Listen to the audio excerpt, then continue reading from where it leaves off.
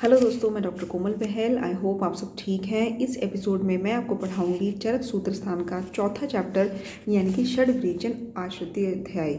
इस एपिसोड में दोस्तों उभय परिमार्जन औषधियों का वर्णन किया गया है, जिसमें 50 महाकषाय जिसे हम 50 दशमानी भी कहते हैं इसका वर्णन है, और साथ में 6 विरेचन आश्रयों का वर्णन है, 5 कषाय योनि है एंड 5 कषाय कल्पना है, और 600 विरेचन योगों का वर्णन है। 600 विरेचन योग का ये मतलब नहीं है कि उसमें सिर्फ ऐसी ही औषधियाँ आए जो विरेचन में काम आती हैं। इसमें मतलब है कि इसमें ऐसे योग हैं जो वमन और विरेचन दोनों में काम आए।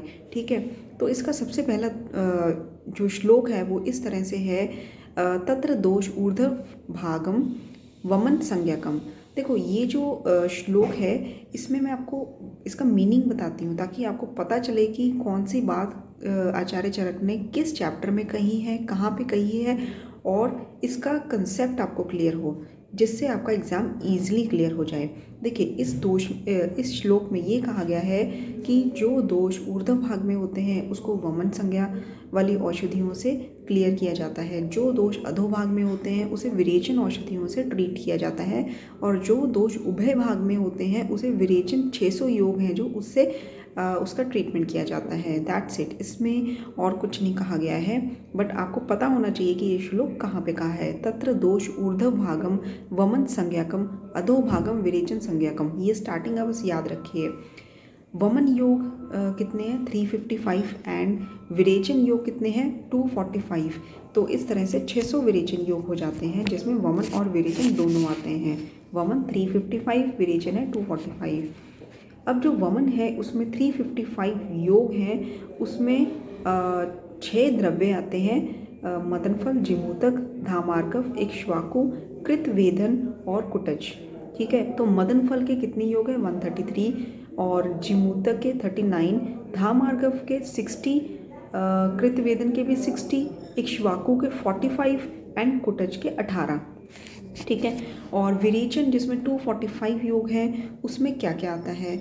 उसमें पहले तो 2 तरह की निशोथ आती है, श्यामा जिसे हम काली निशोथ बोलते हैं, और त्रिवृत जिसे हम सफ़ेद निशोथ बोलते हैं। जो श्यामा निशोथ है, काली निशोथ, इसके 100 योग आते हैं, और त्रिवृत सफ़ेद के 10। ठीक है, अमलतास, लोद्र, महावृक्ष, सप्तला, शंखनी, दंती, द्रवंती, इसको आप पेयर में याद कर सकते हैं। सप्तला, शंखनी, दंती, द्रवंती, तो आपके रह गए 3।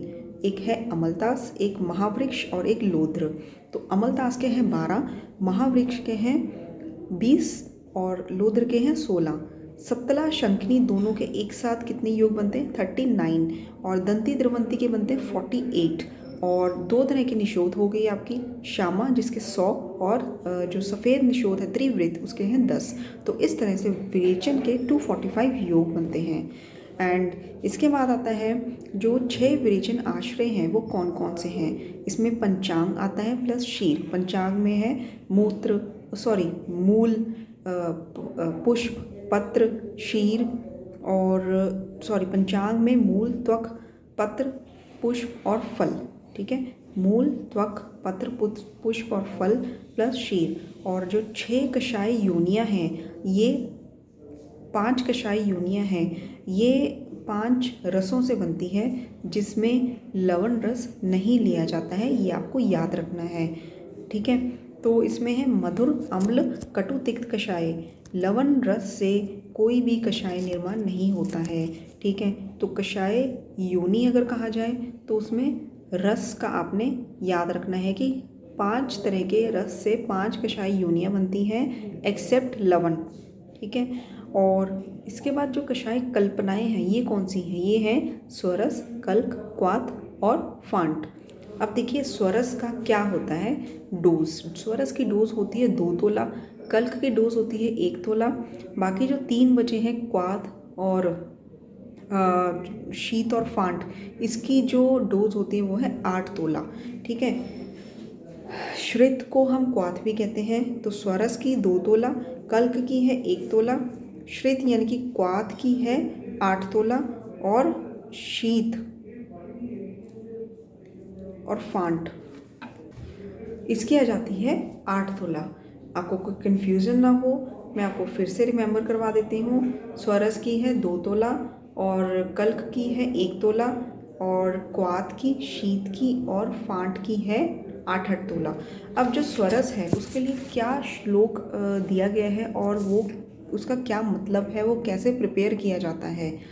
देखिए, यंत्र निष्पीड़ितात् द्रव्य आर्द्रस स्वरस उच्यते, मतलब कि आपको बस एक वर्ड याद रखना है, यंत्र निष्पीड़ितात्। यंत्र से निचोड़ कर निकाला गया जो रस होता है उसको स्वरस कहते हैं। इसमें आपने श्लोक पूरा एज इट इज़ नहीं रटना है, बस आपको इतना याद होना चाहिए कि इसकी क्या वर्डिंग है, थोड़ा हिंट होना चाहिए ताकि आपको पता चल जाए कि ये श्लोक चरक के इस चैप्टर में इस स्थान से लिया गया है और इसका ये मतलब है। तो यंत्र निष्पीड़ितात् द्रव्य आर्द्र रस स्वरस उच्यते, यंत्र से निचोड़ कर निकाला गया रस स्वरस होता है। इसकी डोज है 2 तोला। नेक्स्ट है कल्क। य पिंडो रस पिष्टा नाम स कल्क प्रकीर्तिता, मतलब कि जैसे किसी भी द्रव्य को किसी लिक्विड से हमने पीसना है, य पिंडो रस पिष्टा नाम, ठीक है। रस से पिष्टा नाम करना है, रस से पीसना है, चाहे वो रस दूध हो या जल हो, कोई भी द्रव से किसी औषधि द्रव्य को पीसना है और उसका पिंड रूप बनाना है, पेस्ट बनाना है, उसको कल्क कहते हैं। इसकी डोज है 1 तोला। एंड नेक्स्ट है कि जो क्वाथ होता है, क्वाथ क्या होता है, द्रव्य को, जो औषध द्रव्य है उसको किसी भी लिक्विड में डिज़ोल्व करके अग्नि पर उसको उबालना, दैट इज़ क्वाथ, ठीक है। इसका वैसे श्लोक मैं आपको बता देती हूँ। वहनो तो फतिथम द्रव्यम श्रितम आहोश्चिकित्सता, ठीक है। तो ये आपको बस इतना याद रखना है कि क्वाथ होता है, इसकी डोज है 8 तोला और द्रव्य को द्रव में डालकर अग्नि पर उबालना है।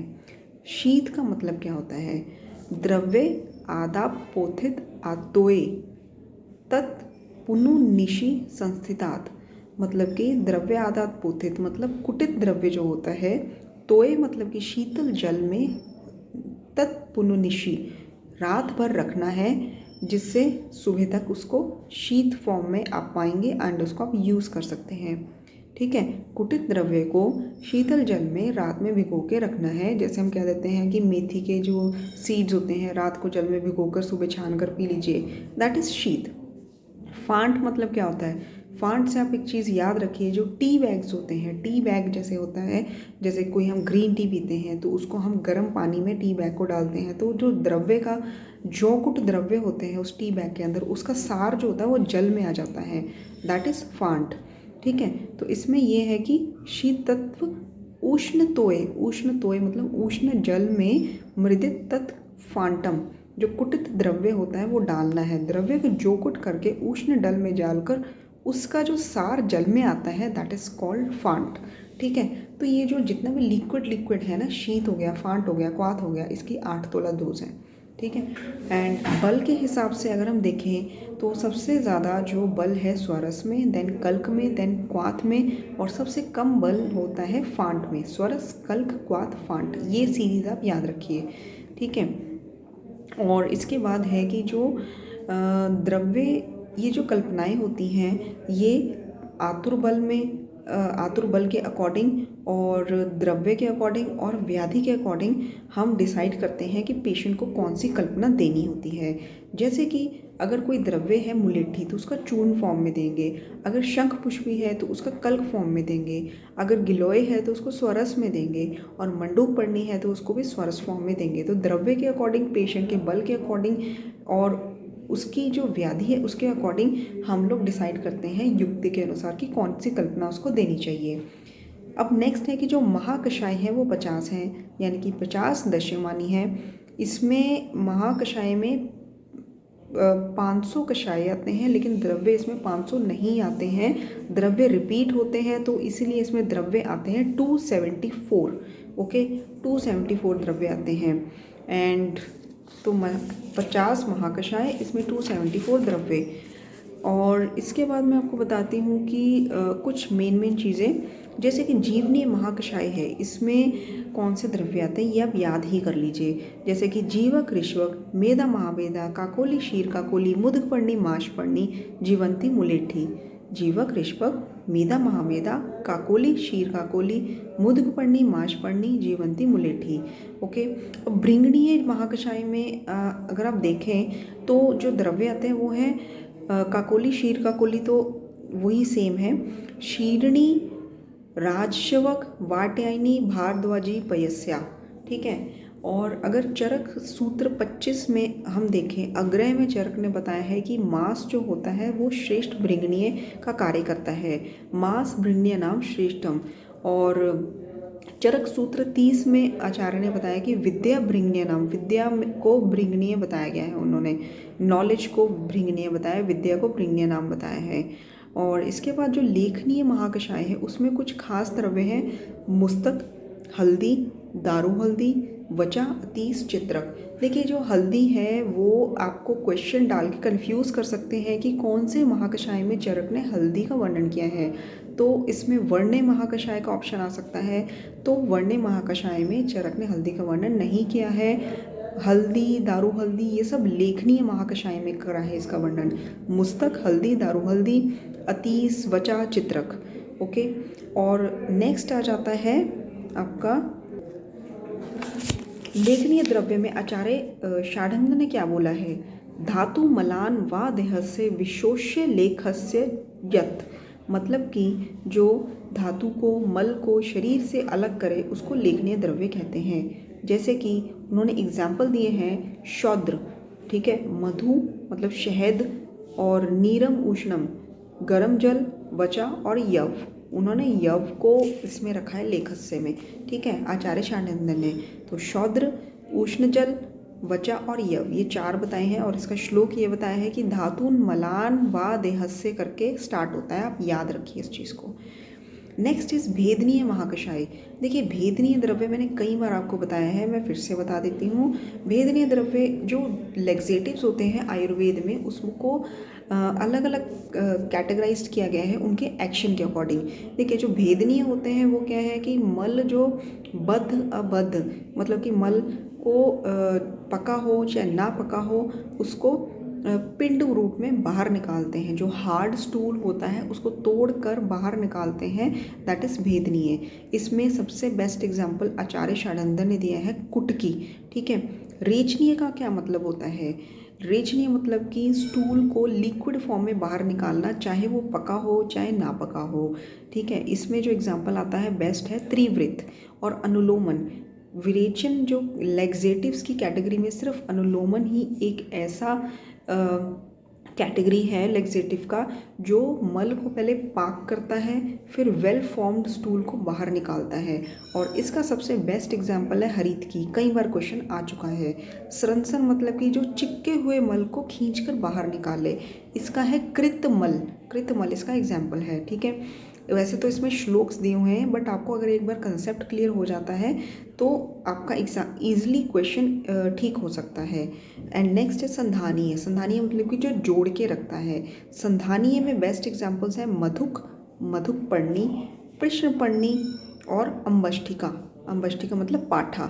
ठीक है, और दीपनीय, देखिए चरक ने दीपनीय महाकषाय बताया है और शूल प्रश्मनीय महाकषाय बताया है। और दोनों की एक बात कॉमन है कि दोनों में षडुष्ण आता है। षडुष्ण मतलब पिपली, सौंठ, मरीच और चित्रक, पिपली मूल, ठीक है, और चव्य। ठीक है, ये षडुष्ण आता है।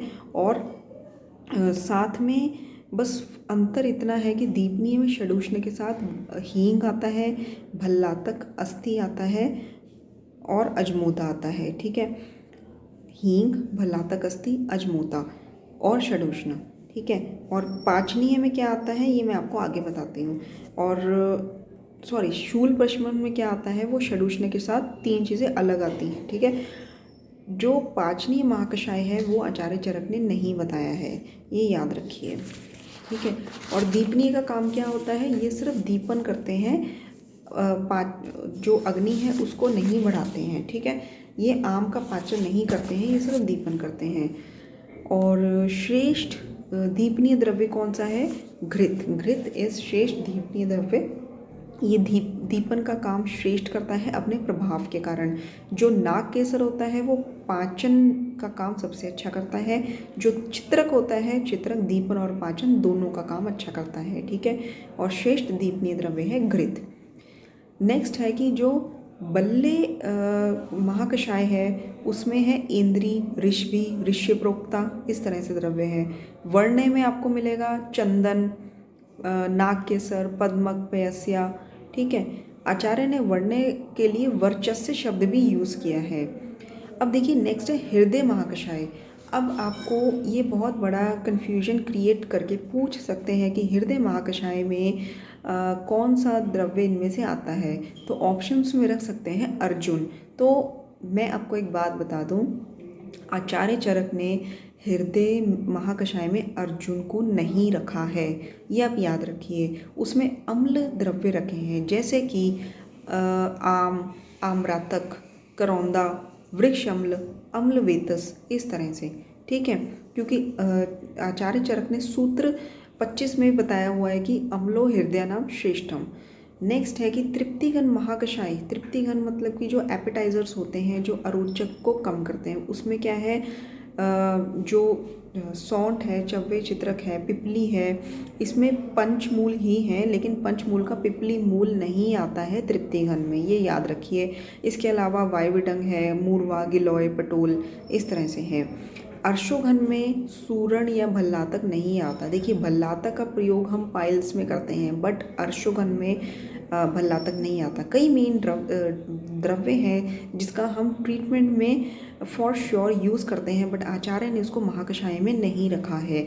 जैसे कि अर्जुन को हृदय महाकषाय में नहीं रखा है, भल्लातक या सूरण को अर्शोघन महाकषाय में नहीं रखा है। और इसी तरह से हम फेस पैक में हल्दी का यूज़ करते हैं, वर्ण्य होता है, बट वर्ण्य महाकषाय में आचार्य ने इसको नहीं रखा है, आचार्य ने इसको लेखनीय महाकषाय में रखा है। और इसके बाद कंडूगन में चंदन, अमलतास, नागरमोथा। विषगन में देखिए, विषगन में 3 चीज़ें मेन हैं। 2 तरह की निशोध रखी है जैसे कि सुवहा और पालिंदी, ठीक है। सुवहा और पालिंदी 2 तरह की निशोध है। और इसके अलावा हरिद्रा है और शिरीष है। विषखंड में हरिद्रा को रखा है, लेखनी में हरिद्रा को रखा है, और विषखंड में शिरीष तो वैसे ही आपको याद रहेगा, ठीक है। सुवहा और पालिंदी 2 तरह की निशोध को रखा है। स्तन्य जनन में तृण पंचमूल आते हैं, दर्भ, कुश, काश, गुंद्रा, इतकट, ये सब, ठीक है। तो इसके अलावा और भी आते हैं, शाली चावल, साठी चावल, वीरण, ये स्तन्य जनन में आते हैं। प्लस तृण पंचमूल, दर्भ, कुश, काश, गुंद्रा, इटकट, और इसके अलावा कृतर्ण, ठीक है। और इसके बाद आ जाता है, इसमें कई पॉइंट्स और भी हैं, जैसे कि आचार्य सुश्रुत ने काकोल्य आदि गण को स्तन्य जनन कहा है, और विदारी कंद को स्तन्य वृद्धिकर कहा है। और एक चीज़ और है, जो किरात तिक्त है, जो ज्वर की चिकित्सा में काम आता है, इसको आचार्य ने ज्वरघन में नहीं रखा है, इसको आचार्य ने स्तन्य शोधन में रखा है, ठीक है। स्तन्य शोधन में किरात तिक्त। और शुक्र जनन में वृद्धरूहा, जटिला, कलिंगा, ये 3 रखे हैं। और नेक्स्ट है कि शुक्र की जो शुद्धि होती है वो किससे होती है, अश्वगंधा से, मूसली से, शर्करा से एंड शतावरी। शुक्र शुद्धि अश्वगंधा, मूसली, शर्करा, शतावरी। 2 तो श से हो गए, शर्करा, शतावरी, एंड 2 आप याद रखेंगे ashwagandha and muesli. And next है कि जो घड़ियाल का शुक्र है, ठीक है, उसको हम कहते हैं नक्र रेतो वृष्याणाम, ठीक है। आचार्य ने घड़ियाल का शुक्र जो है वो श्रेष्ठ माना है, नक्र रेतो वृष्याणाम करके। इसके अलावा आचार्य ने सूत्र 25 में बोला है संकल्प वृष्याणाम। वृष्याणाम जो उसमें श्रेष्ठ है वो संकल्प माना है, ठीक है। और नक्र रेतो वृष्याणाम भी बोला है। शुक्र शोधन में देखिए, मैंने आपको जो बताया ना, श से 2 है, शर्करा और शतावरी, एंड अश्वगंधा एंड मूसली, दैट इज़ फॉर शुक्र वृद्धि, ठीक है। और शुक्र शोधन में सबसे पहले है समुद्र फेन, फिर है इक्षुकांड, तीसरा है उशीर, ठीक है। समुद्र फेन, इक्षुकांड, उशीर। स्वेदोपग में शुभांजन माना है, बेर को माना है, पुनर्नवा, रक्त पुनर्नवा को माना है। एंड नेक्स्ट आ जाता है आपका वमनोपग, वमनोपग में देखिए आचार्य ने क्या माना है। देखिए वमनोपग में आचार्य ने माने हैं एक तो जंगम द्रव्य जैसे कि मधु, दूसरा है मुलेठी, ठीक है। और दो तरह के कांचनार, श्वेत कांचनार और लाल कांचनार। लाल कांचनार को हम कोवीदार कहते हैं, श्वेत कांचनार को हम कर्बूदार कहते हैं। इसके अलावा विदुल, क्षण, तीन तो पुष्पियाँ होगी, प्रत्येक पुष्पी, क्षण पुष्पी, सदा पुष्पी, विदुल, बिंबी। तो इस तरह से आप याद कर सकते हैं कि वमन द्रव्य में आपको मधु और मुलेठी, ठीक है। वमन जो होता है कफ को हरण करने के लिए होता है, कफ को कम करने के लिए होता है, तो उसमें मधु तो काम आता ही है, मुलेठी भी काम आती है, ठीक है। और वमन में हम मुलेठी का क्वाथ देते हैं, आप इस तरह से याद कर सकते हैं। मधु और मुलेठी, और तीन पुष्पियाँ हो गई, क्षण पुष्पी और सदा पुष्पी और प्रतीक पुष्पी, और दो हो गए कर्बूदार और कोवीदार। कोवीदार मतलब कि लाल कांचनार, और कर्बूदार हो गए श्वेत कांचनार, ठीक है। दो कांचनार हो गए, तीन पुष्पियाँ हो गई वमन में, और बिंबी हो गई, और साथ में मुलेठी और मधु। विरेचन में तीन तरह के बेर आते हैं, कुवल जिसे हम बड़ा बेर कहते हैं, बदर जिसे हम नॉर्मल बेर कहते हैं, और करकंदू जिसे हम झड़ बेर कहते हैं। तीन तरह का बेर हो गया, कुवल, बदर और करकंदू। कुवल, बदर, करकंदू। और जो द्राक्षा है, काश्यमरी है, और त्रिफला, त्रिफला भी विरेचन में आता है। नेक्स्ट है कि देखो, वैसे तो आस्थापन बस्ती में कहते हैं कि पाटला श्रेष्ठ है, लेकिन आचार्य ने पाटला को आस्थापनोपग द्रव्य में नहीं लिया है, ये याद रखिए, ठीक है। और तृष्णा निग्रहण में आचार्य ने षडंग पानीय लिया है, एक्सेप्ट उशीर, उशीर को नहीं लिया, षडंग पानी के बाकी द्रव्य लिए हैं। चंदन, नागरमोथा, पित्त पापड़ा, सुगंध बाला, और इसके अलावा चिरायता, धनिया, ये सब है, ठीक है। तो आप याद रखिए कि जो तृष्णा निग्रहण में, इसको तृप्तिगण में प्लीज़ कंफ्यूज मत करिए। तृप्तिगण में और द्रव्य थे, उसमें आपका आ जाता था पंचकोल, एक्सेप्ट पिपली मूल, पिपली मूल नहीं था, आता था, बाकी पंचकोल इसमें इंक्लूडेड था। इसमें है षडंग पानीय, एक्सेप्ट उशीर। हिक्का निग्रहण, देखिए एक तो है हिक्का निग्रहण और एक है श्वास निग्रहण, तो दोनों में फ़र्क क्या है। हिक्का निग्रहण का श्लोक स्टार्ट होता है शटी पुष्कर मूल बदर बीज, और जो श्वास निग्रहण है, श्वास निग्रहण का आपका श्लोक स्टार्ट होता है शटी पुष्कर मूल अमल वेतस, ठीक है। स्टार्टिंग का सेम है, लेकिन शटी पुष्कर मूल बदर बीज फॉर हिक्का निग्रहण, शटी पुष्कर मूल अमल वेतस फॉर श्वास निग्रहण, ठीक है, इतना फर्क है। नेक्स्ट आचार्य ने दिया है पुरीश संग्रहणीय। देखिए पुरीश संग्रहणीय का जहाँ पे डिस्क्रिप्शन है, वहीं पर आचार्य ने ग्राही और स्तंभन का डिफरेंस भी बताया है। पहले तो आप ये जानिए कि ग्राही द्रव्य कौन से होते हैं और स्तंभन द्रव्य कौन से होते हैं। देखिए जो ग्राही द्रव्य होते हैं वो उष्णवीर्य होते हैं, दोनों द्रव्यों का एक्शन जो होता है वो डायरिया में ही काम आता है, लेकिन फ़र्क क्या होता है, ग्राही होता है उष्णवीर्य, जबकि स्तंभन द्रव्य जो होता है शीतवीर्य होता है। ग्राही में अग्नि महाभूत होता है, स्तंभन में वायु महाभूत होता है। ग्राही में जो होता है ये वात शामक होता है, स्तंभन वात कृत करता है, और ग्राही का जो कटु रस होता है, स्तंभन का कषाय रस होता है।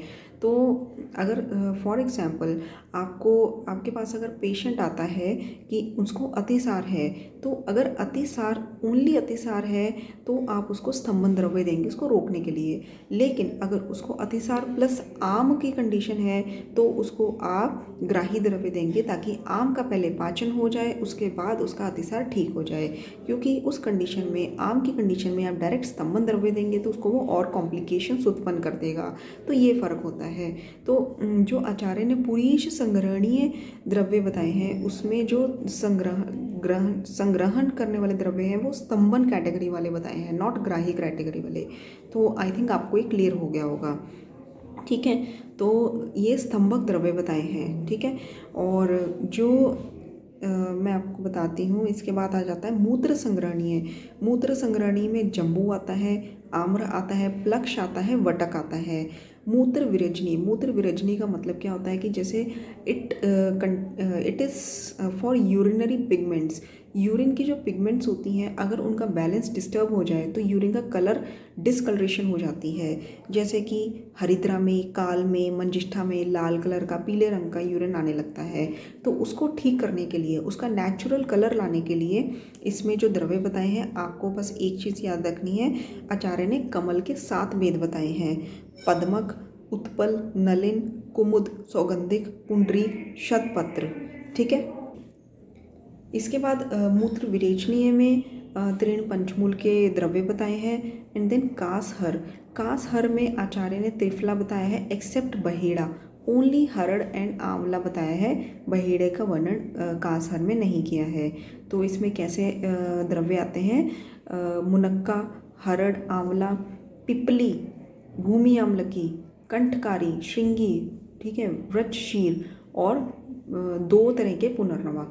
तो अब थोड़ा मेन याद रखिए, त्रिफला एक्सेप्ट बहेड़ा, दोनों तरह के पुनर्नवा, और कंठ से रिलेटेड होता है कासहर, तो फिर कंठकारी और पिपली, मुनक्का, ये सब।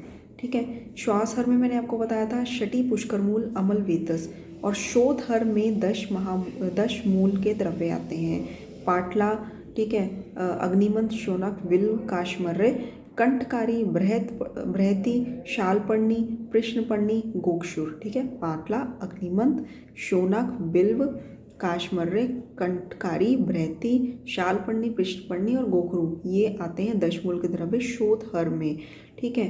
जो ज्वरहर महाकषाय है, इसमें अनंत मूल आता है, शर्करा आता है, और मंजिष्ठा, मुनक्का, त्रिफला भी आता है ज्वरहर महाकषाय में, पाठा भी आता है। एंड आचार्य वाग्भट ने अष्टांग संग्रह में गिलोय को लिया है एक्सेप्ट की शर्करा को। आचार्य चरक ने ज्वर वाले में शर्करा लिया है, आचार्य वाग्भट ने अष्टांग संग्रह में गिलोय लिया है शर्करा की जगह। श्रमहर, श्रमहर द्रव्य स्वस्थ वृत्ति के अकॉर्डिंग हमें अपनी डेली लाइफ में यूज़ करने चाहिए। तो श्रमहर द्रव्य कौन से होते हैं: द्राक्षा, खजूर, परुषक। ठीक है। एंड इसके बाद जो है उदर्त प्रशमन, देखिए उदर्त प्रशमन में आचार्य ने अर्जुन और असन, ये 2 द्रव्य लिए हैं। आपको मेन बता रही हूँ, वैसे तो हर महाकषाय में 10 द्रव्य बताए गए हैं। शूल प्रशमन, जहाँ मैंने आपको बताया था कि दीपनीय महाकषाय में षड के साथ हींग है और भल्लातकी अस्थि है।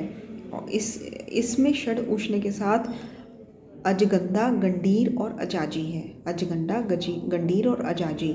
और इसके अलावा जो अजमोदा है वो दोनों में है। ठीक है। एंड नेक्स्ट इज शोणित स्थापन।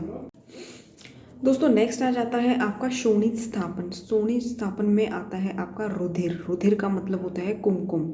तो शोणित स्थापन मतलब कि हीमोग्लोबिन को बढ़ाने के लिए मधु, मुलेठी, मोच रस, और मोच रस के फूल लाल रंग के होते हैं, तो आपको इस तरह से याद होगा कि मोच रस, लोध्र, प्रियंगु, शर्करा। शर्करा को आचार्य ने शोणित स्थापन में भी रखा है। इससे पहले भी आचार्य ने शर्करा को ज्वरघन महाकषाय में रखा था, और शर्करा को शुक्र वृद्धि में भी रखा था। और वेदना स्थापन, वेदना में शाल, अशोक, मोचरस, शिरीष। देखिए जो अशोक है वो फीमेल डिसऑर्डर्स में बहुत ज़्यादा यूज़ होता है, बट आचार्य ने इसको वेदना स्थापन में रखा है। अशोक रोहिणी को संज्ञा स्थापन में रखा है कि जो अनकॉन्शियस पेशेंट होता है उसको संज्ञा, उसकी स्थापन करने के लिए, उसको कॉन्शियस करने के लिए अशोक रोहिणी है। और इसके साथ ही पलंकश मतलब गुग्गुल और हींग भी रखा है। प्रजा स्थापन में इंद्री है, इंद्री बल्ले में भी थी। ब्राह्मी और शतवीर्य, इंद्री, ब्राह्मी, शतवीर्य। दोस्तों आचार्य चरक ने पांचनी महाकषाय नहीं बताया, और उन्होंने पुरीश विरजनीय भी नहीं बताया, मूत्र विरजनीय बताया है, जिसमें मैंने आपको कमल के 7 भेद बताए थे। और इसके बाद उन्होंने जो मेध्य महारसायन है वो भी नहीं बताया, मेध्य महाकषाय वो भी नहीं बताया। और ब्रह्मी को कन्फ्यूजन रख के पूछ सकते हैं कि ब्रह्मी मेध्य महाकषाय में आता है या किसी और में आता है। ऑप्शन में मेध्य महाकषाय भी रख सकते हैं, तो वो ब्रह्मी मेध्य में नहीं आता, मेध्य का आचार्य ने वर्णन ही नहीं किया। ब्रह्मी आता है प्रजा स्थापन में। ठीक है। प्रजा स्थापन में ब्रह्मी, इंद्री, शतवीर्य, और इसके अलावा पाटला जो कि अस्थापन का श्रेष्ठ माना गया था। तो अस्थापन में पाटला को आचार्य ने नहीं रखा, स्थापन में नहीं, प्रजा स्थापन में रखा है। ठीक है, तो इसमें इंद्री है, ब्रह्मी है, शतवीर्य है, सहस्त्रवीर्य है, गुडुचि है, और जो वाटे पुष्पी है, प्रियंगु है, प्रियंगु को यहाँ बताया है उन्होंने, विश्वसेन कांता, हरड़ है, कटुरोहिणी है, अमोघा है, अमोघा मतलब पाटला, पाटला आस्थापन में नहीं है, प्रजास्थापन में है। ठीक है, इंद्री, ब्रह्मी, शतवीर्य और विश्वसेन कांता जिसे हम प्रियंगु कहते हैं, और पाटला, हरड़ जिसे शिवा भी बोलते हैं, और गुडुचि है, सहस्त्रवीर्य है, अरिष्ठा है, कटुरोहिणी। और इसके अलावा वय स्थापन में आचार्य ने मुक्ता, मंडूकपर्णी को बताया है। जहाँ ब्रह्मी को प्रजास्थापन में बताया है वहीं पर मंडूकपर्णी को आचार्य ने वय स्थापन में बोला है। ठीक है, और इसके साथ स्थिरा, पुनर्नवा, श्वेता। ठीक है, और गिलोय, गिलोय तो वैसे ही वय स्थापक है। पुनर्नवा के साथ हरड़ और आंवला, नो बहेड़ा। ठीक है, कांसहर में भी हरड़ और आंवला था, बहेड़ा नहीं था। और वय स्थापन में भी हरड़ और आंवला है। मुक्ता है, मंडूकपर्णी है, पुनर्नवा है, स्थिरा है, और गिलोय है, शतावरी है, जिसे हम अतिरसा भी कहते हैं। ठीक है, तो ये है वय स्थापक में। एंड नेक्स्ट आ जाता है आपका एक श्लोक आता है, उसको लर्न नहीं करना, मैं आपको वैसे उसका मीनिंग बता देती हूँ। देखिए, श्लोक है लक्षण उदाहरणात् व्याख्याता भवन्ति, मतलब कि लक्षण उदाहरणात् व्याख्याता भवन्ति, लक्षण और उदाहरण देकर जो महाकषाय है उनकी व्याख्या करी गई है। ठीक है, जैसे कि जीवनी महाकषाय है वो एक लक्षण है। जीवक, ऋष्वक, मेधा, महावेदा, ये जो द्रव्य इसमें बताए हैं वो इसके उदाहरण हैं। तो महाकषाय केवल लक्षण उदाहरण के लिए ही यहाँ वर्णित किए गए हैं, ये याद रखिए। दूसरा श्लोक है न ही विस्तारस्य प्रमाणितस्ति न च आपे अति संक्षेपो अल्प बुद्धिनाम सामर्थ्य उपकल्पते। ठीक है, मतलब महाकषाय को बहुत सारा विस्तार से नहीं बताया गया है। ठीक है, क्योंकि उसका कोई अंत ही नहीं है। अति संक्षेप में भी इसका वर्णन नहीं किया गया है, क्योंकि मंद बुद्धि मनुष्य को इसका अति संक्षेप में समझ ही नहीं आएगा कि इसमें क्या दिया गया है।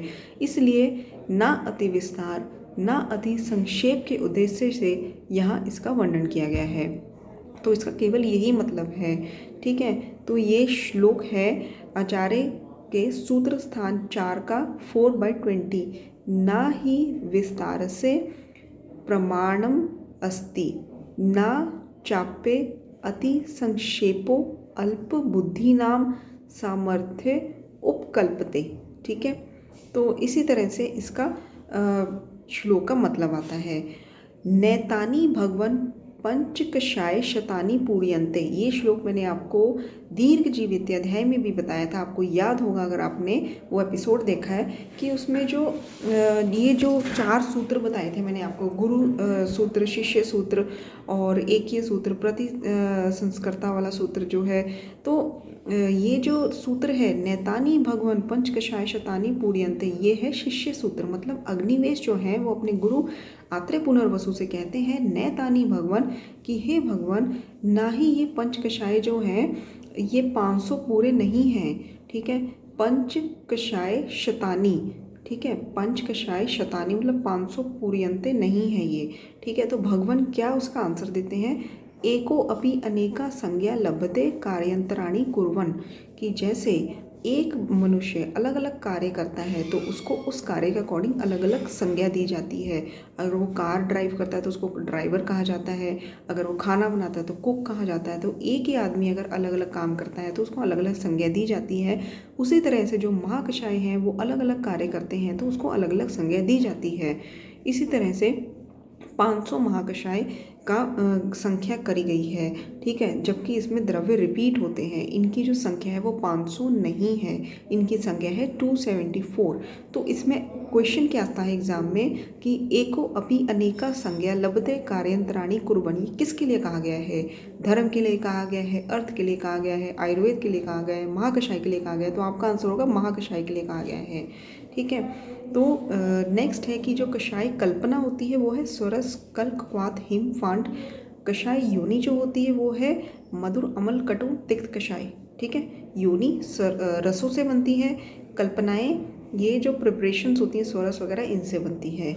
और इसके बाद आता है आपका नेक्स्ट है इन द्रव्यों के बाह्य अंतर प्रयोग से। इसमें नेक्स्ट आ जाता है भिषक वर। भिषक वर का वर्णन आचार्य ने सूत्र 4 में दिया है।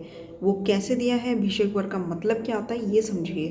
तेषा कर्मसु बाह्येषु योग आभ्यंतरेषु च संयोगम च प्रयोगम च यो वेद भिषक वर।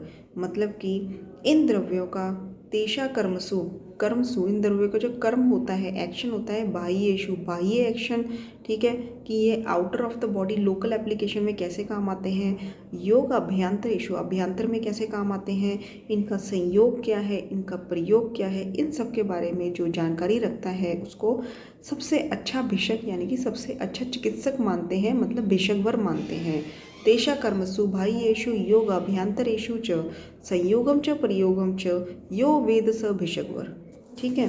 तो यहाँ पे ये चैप्टर जो है ख़त्म होता है। चरक प्रतिसंस्कर्ता है और अग्निवेश तंत्र करता है। तो इसका थोड़ा सा रिवीजन मेन पॉइंट्स आप सुन लीजिए। सबसे पहले आता है जो विरेचन के आश्रय हैं वो 6 हैं, जिसमें पंचांग और शीर आता है। शिरोविरेचन के आश्रय कितने होते हैं? 7, ठीक है। इसमें पंचांग आता है, निर्यास आता है और कंद आता है। नेक्स्ट है कि स्थावर विष के अधिष्ठान कितने होते हैं? 10। इसमें पंचांग आता है, शीर आता है, कंद आता है, निर्यास आता है, तीनों आते हैं, प्लस सार और धातु। जांगम विष के आश्रय कितने होते हैं? 16। इसके बाद ये जो वर्गीकरण है महाकषाय का यानी कि दशमानी का, ये कर्मात्मक वर्गीकरण है अकॉर्डिंग टू देयर एक्शंस, ठीक है। थोड़ा सा आपको जानकारी के लिए बता देती हूँ। जिसमें मधुक है, 50 महाकषाय में मधुक का वर्णन 11 बार हुआ है, मतलब मधुक जो है 11 बार रिपीट हुआ है। मधुक मतलब शहद जो गुणचांगम द्रव्य है। पिपली 9 बार रिपीट हुआ है। अभ्या और बदर 7 बार रिपीट हुए हैं। और चंदन चित्रक वचा कंठकारी 6 बार हुए हैं। उशीर द्राक्षा मुस्तक 5 बार रिपीट हुए हैं। 274 द्रव्य हैं, जिसका 92 द्रव्यों पर चक्रपाणि ने टीका की है। 145 द्रव्यों पर 145 द्रव्यों पर गंगाधर जी ने टीका की है। एंड दोनों ने 176 द्रव्यों पर कॉमन टीका की है।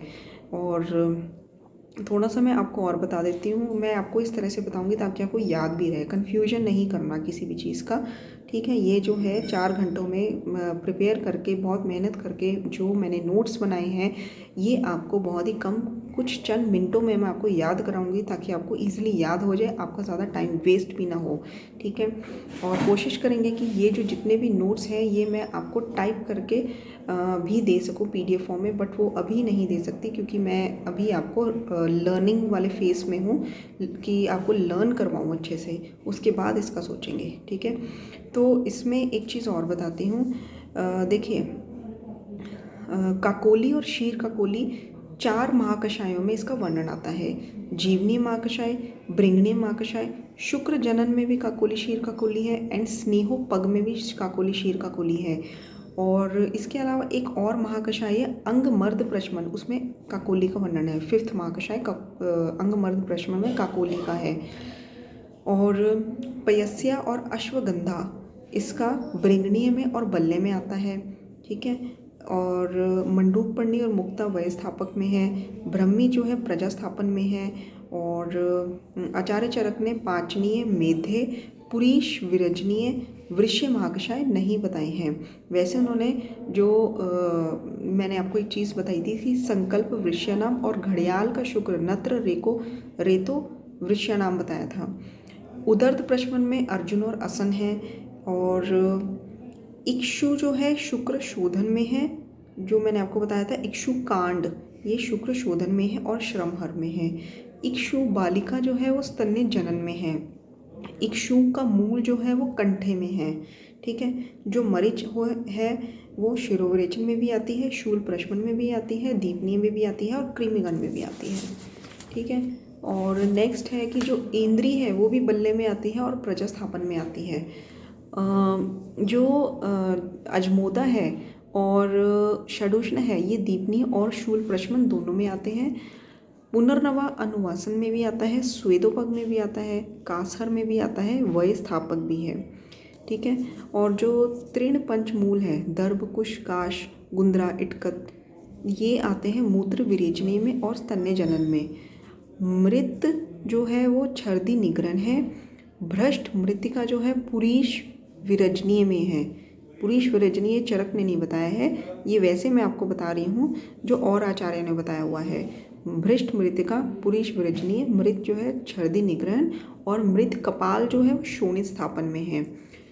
और इसके अलावा मोचरस जो है वो भी शोणित स्थापन में है, वेदना स्थापन में है, पुरीश संग्रहणीय में है, संधानीय में है, शर्करा शोणित स्थापन में है, ज्वरगण में है, दाह प्रश्मन में है और त्रिफला जो है विरेचनीय में है, ज्वरगण में है। जो समुद्र फेन है वो शुक्र शोधन में पड़ा था, अशोक वेदना स्थापक में पड़ा था, अशोक रोहिणी हमने संज्ञा स्थापन में पड़ा था, कमल के 7 भेद जो है मूत्र विरजनीय में पड़े थे।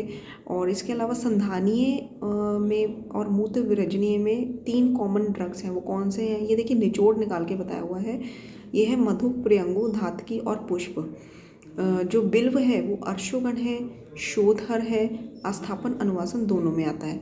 चित्रक है वो भेदनीय में है, लेखनीय में है, दीपनीय में है, तृप्तिगण में है, अर्शोगण में है, शूल प्रश्मन में है। पंचकोल जो है तृप्तिगण में है एक्सेप्ट पंचमूल। और अश्वगंधा जो है वो आरगवद जो है वो कंडुगण में है और कुष्ठगण में है। गिलोय वय स्थापन में, तृष्णा निग्रहण में। बेर के जो हमने भेद पढ़े थे वो विरेचनोपग में है, विडंग कृमिघन और कुष्ठगण में है। ठीक है, आरगवद कुष्ठगण में और कंडुगण में, विडंग जो है कृमिघन में। कृमिघन तो आप विडंग का पता ही है, ठीक है, याद रहेगा आपको, और साथ में कुष्ठगण याद करना है। ठीक है, और इसके अलावा जो मैंने आपको बताया था कि शटी पुष्कर मूल बदर बीज दैट इज इन हिक्का निग्रह, शटी पुष्कर मूल अमलवेतस दैट इज इन श्वास निग्रह। ठीक है, और इसके अलावा जो हरिद्रा है वो मैंने आपको बताया था कि लेखनीय में आ जाता है। ठीक है, ये कंडुगन में नहीं आता, वर्ण्य में भी नहीं आता, लेखनीय में है। और जो भल्लातक है वो दीपनीय में है, अर्शोगण में नहीं है। पाटला जो है आस्थापनोपग में नहीं है, मुलेठी शिरो विरेचनोपग में नहीं है, अर्जुन हृदय में नहीं है। ठीक है, तो इस तरह से ये महाकषाय होते हैं। और इसके अलावा जो आचार्य ने शुक्र जनन में बोला है, जीवनीय के जो शुरू के 8 जो द्रव्य हैं, ठीक है, वो लेने हैं, प्लस वृद्धरुहा, कलिंगा और जटिला, ये मैंने आपको 3 तो पहले ही बता दिए थे। ठीक है, और